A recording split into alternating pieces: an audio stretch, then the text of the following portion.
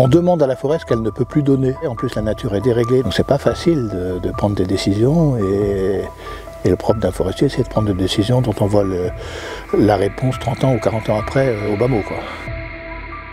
J'ai été ici forestier en forêt de Bercé pendant plus de 40 ans. Elle fait un peu partie de ma famille en fait.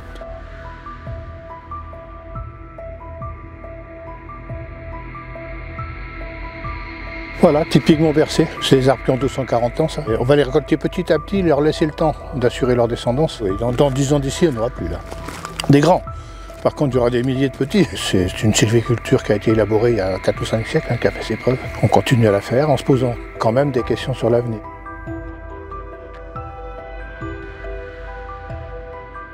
Ils sauront s'adapter, sans doute pas aussi vite qu'on le voudrait. Et puis à nous aussi d'adapter notre sylviculture.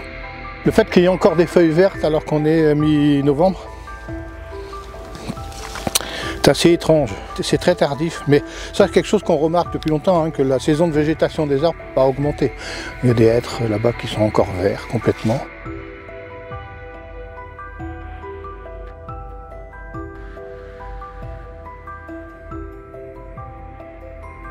L'autre danger, je pense, c'est la destruction des sols. On oublie de regarder ce qu'on a à nos pieds. Il y a tout un tas de choses. L'arbre sans le sol et sans ce qu'il y a dedans, il ne fonctionne pas, il ne pousse pas.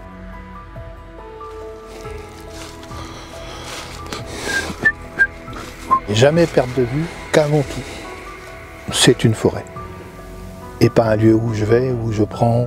Il faut la partager avec les autres. Il y a des envies de faire, des envies de voir qui sont différentes des nôtres, qui sont aussi justifiées. Quand on dit ben non, vous venez pas tel jour, ou vous n'entrez pas dans cette parcelle-là pour ramasser des champignons parce que les plantes qui sont dedans sont fragiles, et ben on respecte. En arrière-plan de cette forêt, il y a toujours une valeur économique. Elle est là pour faire pousser du bois, pour produire du bois. Ça emploie du monde, ça fait tourner une filière. Quand on calcule la valeur d'une forêt, par exemple à l'hectare, on va calculer la valeur des arbres qui sont dessus, leur valeur d'avenir, la valeur du fond. On ne va pas inclure là-dedans une certaine valeur écologique. Les écosystèmes, c'est un peu désolant parce que c'est eux qui nous font vivre. On ne peut pas laisser cuire les arbres au soleil tout l'été sans chercher des solutions. Ce que les forestiers s'évertuent à faire, c'est à repenser la façon de faire. Sachant que l'industrie et l'économie demandent tout de suite, et pas demain.